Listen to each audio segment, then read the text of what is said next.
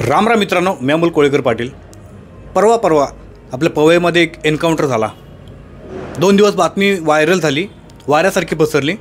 नंतर जे mainstream media आहेत ना, त्या मेनस्ट्रीम मीडियावरनं ही बातमी पूर्णपणे दाबून गेली म्हणा किंवा गायब झाली। रोहित आर्या नावाचं त्या व्यक्तीचं सरकारच्या काही मंत्र्यांच्या म्हणण्यानुसार तो आतंकवादी होता, दहशतवादी होता। कोण? रोहित आर्या। या रोहित आर्याला का मारलं तुम्हाला माहिती आहे का? या व्हिडिओमध्ये सांगतो तुम्हाला मी। रोहित आर्या हा खरं तर मूळचा पुण्याचा। ज्या वेळेला दीपक केसरकर शिक्षण मंत्री होते, एकनाथ शिंदे मुख्यमंत्री असताना, त्या काळामध्ये राज्य सरकारची स्वच्छ सुंदर माझी शाळा आणि मुख्यमंत्री माझी शाळा नावाची एक योजना होती। या योजनेची संकल्पना या रोहित आर्याची होती। यांनी राज्य सरकारला अशा प्रकारची संकल्पना सांगितली, योजना राबवली आणि ही योजना राबवण्याचं पूर्ण श्रेय त्या रोहितला जातं। रोहित त्याचं चुकलं कुठं माहिती आहे तुम्हाला? त्यांनी त्या मुलांना वेटीस धरलं म्हणून तुम्हाला जर वाटत असेल तर साधी सिंपल गोष्ट आहे। त्या रोहित आर्याकडे एक एअरगन होती, म्हणजे सिलेंडर असतो त्या छोट्यामध्ये, ऑक्सिजनचा सिलेंडर त्या गनमध्ये आणि फक्त आवाज येतो, ती गन होती। त्या गनच्या जोरावरती त्याने असं 17 मुलांना ओलीस ठेवलं वगैरे वगैरे सगळं सांगितलं। परंतु त्या एअरगननी किती त्रास होणार आहे किंवा समोरच्याची किती हानी होणार आहे हे आपल्या सर्वांना माहिती आहे। त्याच्यानंतर तिथं QRT बोलवण्यात आली। त्याच्यानंतर मुंबई पोलीस तिथं पोहोचले होते। मला एक गोष्ट समजत नाही, जर त्या ठिकाणी एक विशेष व्यवस्था, एक विशेष त्या ठिकाणी जर एखादी यंत्रणा बोलवली असेल ते सगळं प्रकरण हँडल करण्यासाठी, आणि त्याच्यानंतर मुंबई पोलिसांपैकी तो अमोल नावाचा जो पोलीस निरीक्षक होता, डेप्युटी PSI म्हणून आपण त्याला, या अमोलनी कोणाच्या इशारावरती, कोणाच्या सांगण्यावरनं त्याच्या छातीमध्ये गोळी घातली। त्याच्यापासून त्या मुलांना धोका होता का? त्याच्यापासून जर तुम्हाला त्याला अटक करायची होती, त्यामुळे तुम्हाला जर त्याला पकडायचा होता, एन्काउंटर करायचा होता, तर तुम्हाला कमरेच्या खाली गोळी घालायला पाहिजे होती। पण त्या अमोलला प्रश्न विचारले पाहिजे, त्या अमोल कुणाच्या फोनवरती, अमोलनी कुणाच्या सांगण्यावरनं त्या रोहित आर्याच्या छातीमध्ये गोळ्या घातल्या। हे सगळं प्रकरण आपण समजलं, पण रोहित आर्या इथंपर्यंत पोहोचला कसा? किंवा एकेकाळी म्हणजे दीपक केसरकर शिक्षण मंत्री असताना हा दीपक केसरकरांच्या कार्यक्रमाला हजेरी लावत असायचा, दीपक केसरकर याच्या कार्यक्रमाला हजेरी लावायचे। या दोघांचं ट्रान्झॅक्शन होतं, चेकचे ट्रान्झॅक्शन होते, सह्या होत्या, एकमेकात म्हणजे जीवाभावाचा संबंध होते। मग इतकं सगळं असताना आज काही मंत्री या राज्याचे, दुर्दैवाने त्यांना मंत्री म्हणावं लागते कारण ते संविधानिक पदावरती जबरदस्ती करून बसलेत, त्या मंत्र्यांचं असं म्हणणं आहे की तो दहशतवादी होता, तो आतंकवादी होता, त्यांनी मुलांना वेटीस धरलं होतं, मुलांचा जीव धोक्यात होता, म्हणून त्यांना पोलिसांनी संपवलं।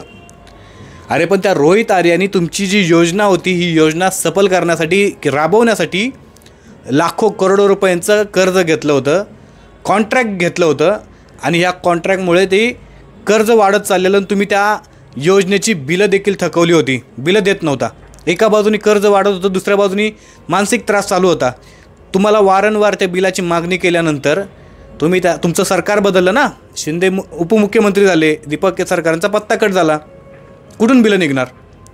आणि त्याच्यानंतर मग रोहित आर्यानी वैतागल्यानंतर त्यांनी गेल्या वर्षामध्ये उपोषण देखील केलेलं, तुम्हाला तो व्हिडिओ व्हायरल झाला असेल। उपोषण केल्यानंतर त्या रोहित आर्याला चक्कर आली होती, फिट आली होती, इतकं कडक उपोषण त्यांनी केलं होतं। सिस्टमनी त्याला मारला, या राज्य सरकारच्या भिकारचोटांनी त्याला मारला, दलिंदर लोकांनी मारला। आणि हा एका रोहितची हत्या होणार नाही आहे, येणाऱ्या काळामध्ये तुम्हाला असे अनंत रोहित आर्या तुम्हाला बघायला मिळतील, ज्या या सिस्टमच्या पायाखाली तुडवले जातील।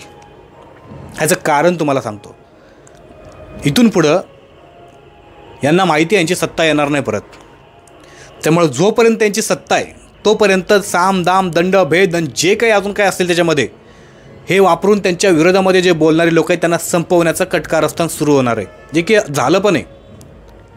खरं तर या राज्याला असा दळभद्री गृहमंत्री मिळाला आहे, अवकात नसताना एखादं पद ज्या वेळेला एखाद्याच्या हातामध्ये येतं ना, त्याच्यानंतर ते सिस्टम किती डोक्यावरती बसतं तुम्हाला राज्याकडे बघून कळत असेल। आज महाराष्ट्रातला कायदा आणि सुव्यवस्था कुठं निघून गेला आहे तुम्हाला वेगळं सांगायची गरज नाही आहे। पोलीस स्टेशन्स आहेत, पोलीस स्टेशन्स हे न्याय देण्यापेक्षा तिथं वसुलीचे केंद्र झालेत। प्रत्येक पोलीस स्टेशनला टार्गेट दिलं आहे इतकं वसूल झालं पाहिजे, मग तो पोलीस स्टेशन त्याच्या एरियामध्ये असणाऱ्या 2 नंबर धंदे बघतो, सगळ्या गोष्टी सुरू आहेत. त्या अनिल देशमुखला 100 कोटींचं तुम्ही बारकडनं हप्ते घेतले म्हणून जेलला टाकलं.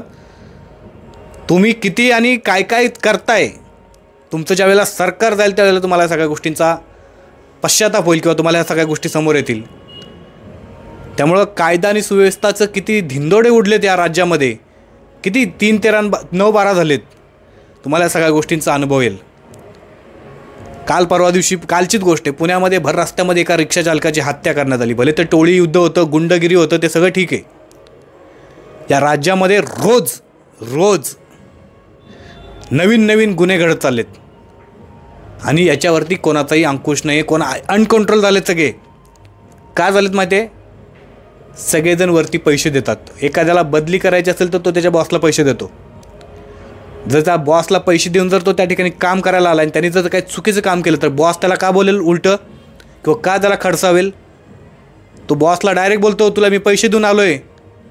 हे सगळं वरतीपर्यंत चाललं आहे असं.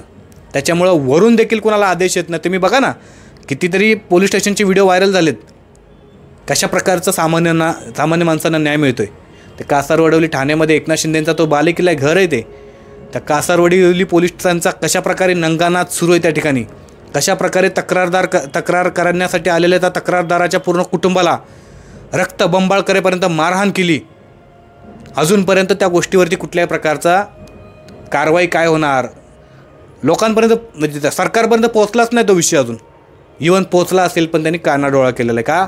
पैसे दिले सगळ्यांनी बदली करून घेण्यासाठी. हे खूप मोठं सिंडिकेट आहे. त्या सिंडिकेटमध्ये कोण कोण अडकणार आहे, तुमचं म्हणणं काय ते कमेंट करून नक्की सांगा. बाकी या रोहित आर्याचा जो काही मर्डर झाला म्हणा, मी तर त्याला एन्काउंटर म्हणूच शकत नाही, कारण एन्काउंटर करण्यासाठी त्याच्याकडे काही नव्हतंच.